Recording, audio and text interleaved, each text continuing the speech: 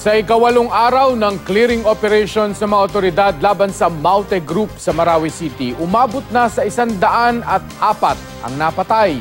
Ayon sa AFP, 65 rito ay mga terorista, 19 ang sibilyan at 20 ang mga tropa ng gobyerno.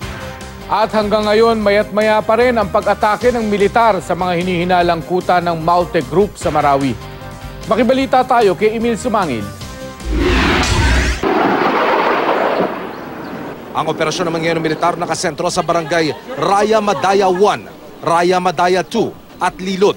Lubhang nahihirapan ng militar, nasa urban area raw kasi ito. Patuloy naman ang maigpit na pagbabantay ng militar at pulis sa mga checkpoint sa iba't ibang bahagi ng Mindanao. Sa barangay Neta sa Datu Unsay, 2 individual ang nahuli sa isang checkpoint matapos makuha ng mga baril at pinaghihinala ang shabu. Iniimbestigahan na sila ngayon.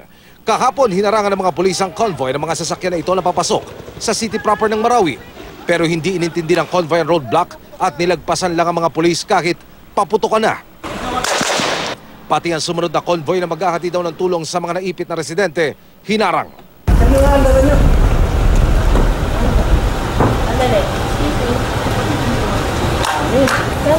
Sandali.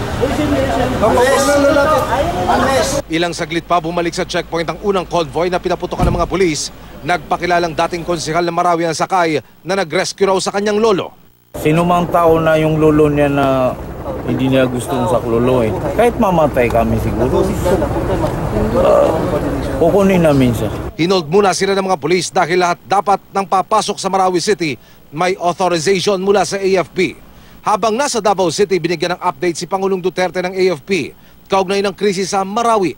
Wala pa rin bagong tala ang AFP sa mga bilang ng mga nasawi sa bakbakan. Sa isang punerarya rito sa Iligan, bumuhos ang paghinagpis ng mga kaanak na nawalan ng mahal sa buhay.